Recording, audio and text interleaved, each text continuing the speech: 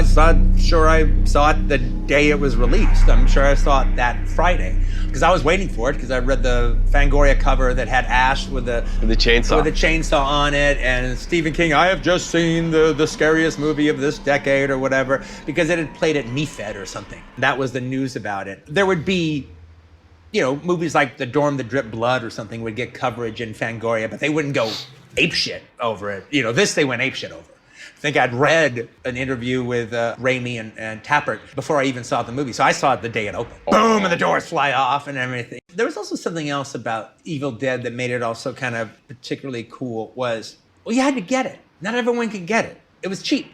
You had to be able to not just look beyond that, you had to embrace that. And also, it is scary, but there is a really weird sense of humor that if you're not in line with it, you're going to think, oh, that's just a piece of junk. Well, what about the psychics blowing things up? I mean, Scanners is just the single greatest head explosions in movies. Scanners does it great. The bald guy whose head explodes, yeah. As soon as you brought it up, all right, and I realized, because I've actually, he's absolutely the most convincing New Yorker of all the Canadians. All right? All right. He could have his own show called The Super or something like that. I would watch that. And I would watch that show. And then you said that, and it just so happens that I'll never forget that bald guy's face in Scanners for as long as I live. Yeah. All right. That guy, he sells the idea of Scanners better than Cronenberg does. Yeah. Oh, completely. Right. Well, once him and Patrick McGowan and Michael Ironside leave for an interminable amount of time, and it just becomes Stephen Lack. Yeah. You're like, what the fuck am I watching? Yeah, But De Palma had already done it in The Fury, so yeah, it's great. I mean, well, Scanners is just like The Fury Part 2. Well, Scanners does the same thing too. The best part of Scanners is that whole opening 20 minutes, where all the agents are out there trying to kill each other. For me, Scanners, those effects, when I was a kid and I saw it, I'd never seen the way the veins went up Michael Ironside's face. That's fantastic. But I mean, you had seen The Fury by the time you saw Scanners, though, right? I think I was too young. I saw The Fury after. That's why. Okay. So, but yeah, it was the Cronenberg body horror stuff. Yeah, so I saw them out of order. Okay, so you saw them out. Yeah, okay. So if you've seen The Fury, when you see Scanners, it's like, well, it's good. It's not John Cassavetes being blown up from head to toe in slow motion good. It's more like The Fury. 1981, you didn't forget The Fury from 78. Today, yeah. I think they're more familiar with Scanners. Oh, I think they are. Well, Scanners is ultimately, I think, the better film. If it wasn't for Stephen Lack. Stephen is lacking. I just want to remake the movie without Stephen Lack. But the weird part about Stephen Lack, though, is the movie that got Stephen Lack, Scanners, should be watched. It's a really interesting Canadian film by Alan Moyle, the guy who did Times Square, and is called The Rubber Gun. And he's amazing in it. You can see why he got cast after The Rubber Gun, because he's terrific in The Rubber Gun, and The Rubber Gun's a really good movie. And then you see him in Scanners, and you're like, what the fuck is this guy? Now, you go out and watch The Rubber Gun, you will not believe that, one of the worst lead performances of all time was given by this guy? He's terrific. I'm Star for Entertainment, baby, and that means you. Radio! Way up, baby, now! You have to understand something. There's one movie in particular, though, that Planet Terror is kind of jumping off from, is this Umberto Lenzi zombie movie called City of the Walking Dead, also known as Nightmare City. But now here's the thing. There's zombie movies, but then there's a subgenre of zombie movies where they're not officially zombies. They are not the Walking Dead having been reanimated. They're infected people movies, where it's a disease that turns you into a zombie and you're not dead and you've risen from the dead. So, if you get real, even though it fits inside of the zombie genre, Planet Terror is officially an affected people movie. Now, where we came up with that term was the film City of the Walking Dead by Umberto Lenzi. No, I remember it from its Continental Home Video days under the title City of the Walking Dead. I remember actually when they just come running off the boat. No, it's a great opening. I ended up showing it to the bunch of the guys at Video Archives, and they were like, "Wow, we've never seen an opening like this." And I remember one of the guys said, "Boy, running away from a zombie that can run faster than you, that's fucked up. I remember when Bob Murawski was going to do something with Umberto Lenzi. Friends of mine were interviewing him for his movie Cannibal Ferox on Laserdisc when it was coming out way back when. And as they were getting ready to go over to Rome to talk to him, I go to Bob and go, hey, so tell Umberto how much I love his zombie movie, City of the Walking Dead. City of the Walking Dead. I love that movie. It was really great. By the way, one of the things about that movie, that was the first movie where the zombies actually ran. Way before the remake of Dawn of the Dead. And 28 days later, the zombies were running. And I remember watching it with my friends and thinking, it ain't much fun to, be chased by a zombie and run faster than you can. All right? That's a whole other proposition. So anyway, Bob Murawski gets to Italy. He tells Umberto Lenzi, oh, well, Quentin Tarantino is a big fan of yours, and he wanted me to let you know how much he enjoyed your zombie movie, City of the Walking Dead. Zombie? What do you mean zombie? They're not zombies. It's infected people. They're not zombies. It's a zombie. He doesn't even understand my movie. Zombie. What a zombie? They were infected people. He didn't even understand my film. That became a big thing, all right? Whenever talking about the genres, there are zombie movies, and then there's infected people movies. They're not the zombies, they're infected people.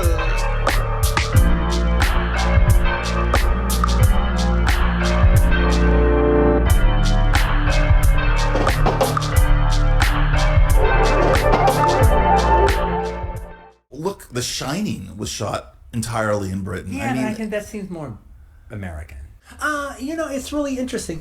Nothing made this book. I'm considering for volume 2. I'm considering doing The Shining. Again, it's not my favorite, but I think it's the one that I might have the most interesting things to say about it. I think I can have a conversation with the page about The Shining, and it's all about that.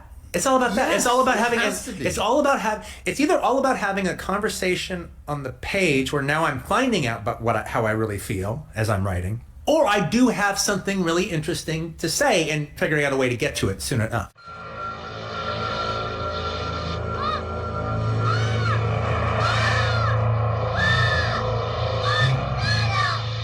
That kind of storytelling too. I mean, it's so funny because so many of the movies. I mean, Alligator could almost be from that world. That kind of is very simple, very direct. This is the goal. You have to do this. You have to be professional about it. That's what makes. We're talking about the Jaws ripoff, Alligator with Robert Forster, which is revealed the thing that it's how I ended up casting him from that movie in 1980. How I ended up casting him and Jackie Brown as the bail bondsman in 1997.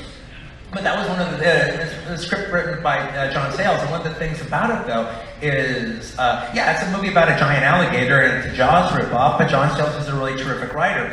And the cop character that Forster plays is like a for-real cop character that just happens to be after this giant alligator. But the whole police stuff actually works vividly, but he's a really terrific character to such a degree that that when I cast him in as Max Cherry in Jackie Brown, I said, look, as far as I'm concerned, you're the same guy from Alligator. You're the exact same guy. So you fought this alligator in 1980. You blew the shit out of him. You got married to Robin Riker. It didn't work. No problem. Marriages don't work oftentimes, You left her, decided you've had enough of the police force, and you became a bail bondsman. And which takes us to 1997, and you meet Jackie Brown.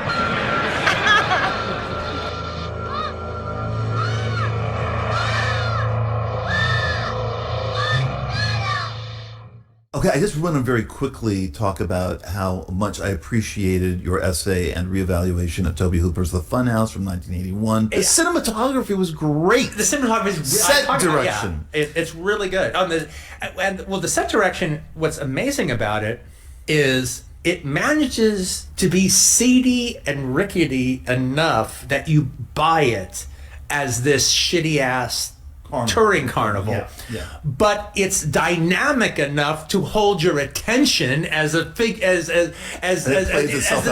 centerpiece of the movie. Yeah. Well, that's a tricky line. I have one other example, not so much in this disturbing aspect, but as far as an audience reaction that I thought was extremely unique. And again, it was when I was a young man, I saw it, and my reaction to it blew me away so much. I saw the film 3 other times at the theater, well, no, 2 other times during its initial run, to see if the audience would respond the same way. And they responded the same way every time. And then I didn't watch the film with an audience again until I screened it at the Alamo Drafthouse 25 years later. And they reacted the exact same way again, 25 years later. Is the, it's not really a slasher film, but the horror film Hell Night with Linda Blair. Okay, so in that movie, it's the whole idea is these kids are trying to get into a fraternity sorority during Halloween night. They're all dressed up in costumes, have to spend the night in this rumored haunted house in the neighborhood. And it's a really well done movie, directed by Tom DeSimone, who started out directing gay porno films. And it's got a good cast, Linda Blair, Peter Barton.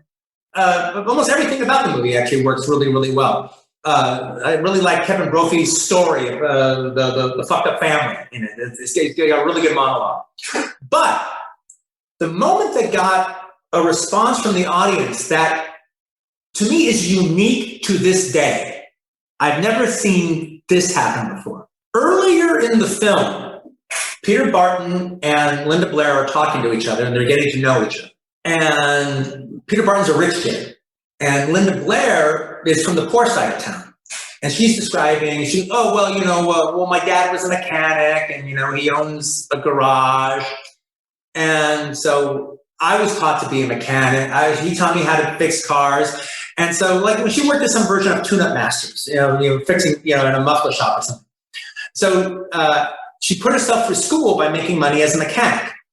And it's like, just a little backstory, and it makes sense. So she's a girl from the poor side of town. She had to work her way through this college situation that she's in. Peter Barton didn't. Okay, now it's the end of the movie, and the crazy, wild, inbred killer is after her. And she finally gets out of the house, and he's lumbering after her. And then there's a car that Vincent Van Patten had been driving is abandoned. And it's right there. And she gets in the car. She's going to drive it through the gate. And she gets in the car, and naturally, it's a horror film at the end of the film. Naturally, it doesn't start. She's like, and the killer's getting closer and closer and closer and closer. Then all of a sudden, she gets out of the car, and she pops the hood. And she starts fucking with things. And there's like this, thought in the audience, and then literally everybody, not every single person in the theater, but at least 3 people in every single screening at the exact same time at different parts of the theater say, "She's a mechanic." That was such a fun moment of audience interaction. And I thought it was a great storytelling thing and a great payoff. I saw it twice more during its theatrical run to see if that would happen. And it happened in every single screening. And then 25 years later, watching it at the Alamo Drafthouse, it happened again. Our last movie, Happy Birthday to Me, and in honor of my birthday, that was yesterday. We've just had some ice cream cake and some other chocolate kind of cake, right? That all had on it, Happy Birthday to Me. And we're all vibrating from, basically, we just took a bunch of reds. Like, quit messing around, man! Literally feel the need to smoke a blunt, all right, to counteract the birthday cake. All right? So now our 4th film that I feel fits into the Giallo mode is one of my favorite directors, J. Lee Thompson, is his Canadian-made film Happy Birthday to Me, starring Melissa Sue Anderson, Glenn Ford, Lawrence Dane, and a whole bunch of other people. Now, when the film came out, came out during the time of the slasher films, and it was set up to be a slasher, and it is. It still qualifies completely as a slasher. But slashers and giallos are not the same, and the fact that this movie manages to completely walk the line between both of them actually is an achievement, I think. It's a movie playing with a zillion amount of red herrings, so it's your job to deduce who amongst this list of suspects is the killer. Then the film seemingly tells you who the killer is about midway through, and you're not prepared for the answer. And then it starts going on a whole other track than it's been going, only like a giallo to jump the track a third time. It's entertaining. It's entertaining as hell. No, I don't buy it. Oh, that's fucking bullshit. No, you don't say that. No, it actually makes the movie. Yeah, the whole film qualifies as a giallo, but could also be called a slasher simultaneously. But the fact that the past trauma backstory is so ridiculously crazy, that's what officially puts it in the term of a giallo. And we've already had nothing but batshit crazy explanations of why the killer has killed on this quadruple feature that we had. This is still the craziest one. It's the movie. Yeah. It is literally, it has fun with it. Which again is the thing that makes it not a faux giallo, but an actual giallo. No, it's black leather gloves. Black leather gloves? Check. Even though every character in the movie wears black leather gloves. No, they're trying to make it feel American. And also, right? A Canadian movie goes out of its way to make movies feel American. That's my boy, Jay Lee, man. Well, look, he made a mark for himself, like doing thrillers. One of the things that makes J. Lee Thompson an auteur is he's one of cinema's lovable degenerates. Yes. Mm-hmm. The fact that he finds really questionable relationships and really questionable sexuality, and the fact that he seems to be turned on by him and then presents them in a way that's not condemnation against them, is actually accepting of them, is an auteur trait that follows from movie to movie to movie to movie. If she's turning 18, it's obviously a high school, but it's like an academy that runs like a college. Because to me, the kids just absolutely remind me of the kids from St. Elmo's Fire, even in that tavern that they hang out with might as well be the St. Elmo's Fire tavern. But and the cars that they drive and the scarves that they wear. It's a really enjoyable collection of these type of horror movie cliches that done in just the right spirit with a very energetic cast in a quick, entertaining way that just keeps it up. It keeps the juggling balls flowing. No, she's really, really good at it. She did actually a really fun TV movie around the same time. I don't know. I think it was just before maybe she did Happy Birthday to Me or just afterwards. A juvenile delinquent movie where she's like a young girl that's brought into a juvenile delinquent gang that's causing problems, directed by Jack Starrett, called The Survival of Dana. I had forgot about that sequence, and I was like, holy shit, this is fucking disturbing. When the brain starts growing out of the hole in the skull. Well, also, I would also say that there is a symbiotic connection to the whole last sequence and the whole reveal to Happy Birthday to Me to the very first Scream. Oh, yeah. The storyline of the very first Scream follows kind of closely the backstory line of Happy Birthday to Me. Yeah, it does. Even to the point of where they have the father is kind of tied up and been hidden through most of the movie. And they pretty much describe it in the same cockamamie way that the killer describes it in this. Well, actually, frankly, when the killer explains how it happened, you can go back and no, it's all happening because the killer indoctrinated her into the group.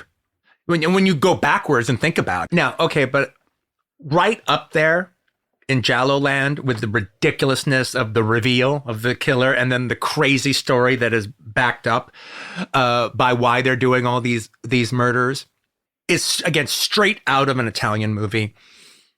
The hysterical past traumatic incident that put Melissa Sue Anderson in the hospital involving her mother. Mm-hmm. That whole scene is one of the best scenes that we saw, all right? It's so over the top. It seems like a weird, bad dubbing of one of those Italian crazy sequences. And if Melissa Sue Anderson was actually the killer, that's a pretty good triggering reason for her to go on this. Hell yeah. Especially if she doesn't know what she's doing, if she's schizophrenic. The whole thing that happens at the beginning. Oh my God. That's actually a better motivation than most of these other killers have. Yeah. And by the way, that backseat murder has a lot of really good sexual terror in it. Yes. There's a whole, and there's a lot, which is a lot of kicking legs. Or he was ripping up the ceiling of the car. The fabric of the ceiling of the car. Kicking And by the way, I'm a big fan of that actress. She's kind of a Canadian scream queen. That's Leslie Donaldson, who is the star of William Fruit's Funeral Home, which I'm a big fan of. But she's also in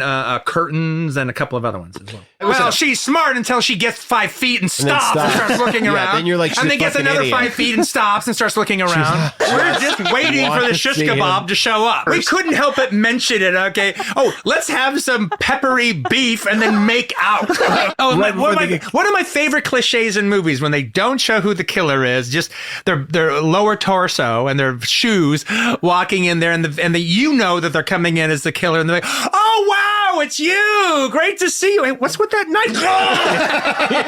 And then at the top of the batshit crazy things is the mask technology that would put Mission Impossible to shame. But I kind of loved it. I really did. Well, that whole sequence actually does work. That whole birthday party does work. But then you have the whole thing at the beginning when the kids are playing chicken with the rising bridge and everything, and that's really exciting. The one guy with the girls that don't want to go on the jump does the jump. You go, okay. Everything Glenn Ford says is a fucking red flag to this idea. My favorite relationship between a psychiatrist and his patient in the history of cinema is Melissa Sue Anderson and her doctor, Dave. Yeah, okay, not Dr. Bennings or whatever. No, it's just Dave. Oh, you don't even need to be in Jay Leland to all of a sudden. I think even when the day the movie was released, I think people were like, what's kind of up between those two? He's not this older man, fatherly authority figure. They're trying to make Glenn Ford look as handsome as Glenn Ford can look at this age. There is a sexy quality to Glenn Ford with his cool white shirts, his Italian cool white shirts with his cool black sweater on and everything. Oh, what did I call it? Happy herring to me? It's herring jam, so to speak. Herring in the Henderson. Yeah. Just smoke a blunt. Just smoke a blunt. All right. Just smoke a blunt. Just smoke a blunt. All right. Quit messing around! Are you gonna bark all day, little doggy? Or are you gonna bite? The Thing was probably the one movie of all the like individual films that I've seen that like probably influenced dogs the most, because it's in some ways it's very like it's the same idea where you have a bunch of guys trapped in a situation that they can't get out of, in a very claustrophobic situation where nobody can trust anybody else. It scared the living hell out of me. And the thing about it is the tension and the anxiety and the claustrophobia and the fear and the distrust that was running around those men, all right, came straight out into the movie theater. And what I wanted was to achieve that same kind of effect with an audience that The Thing had with me.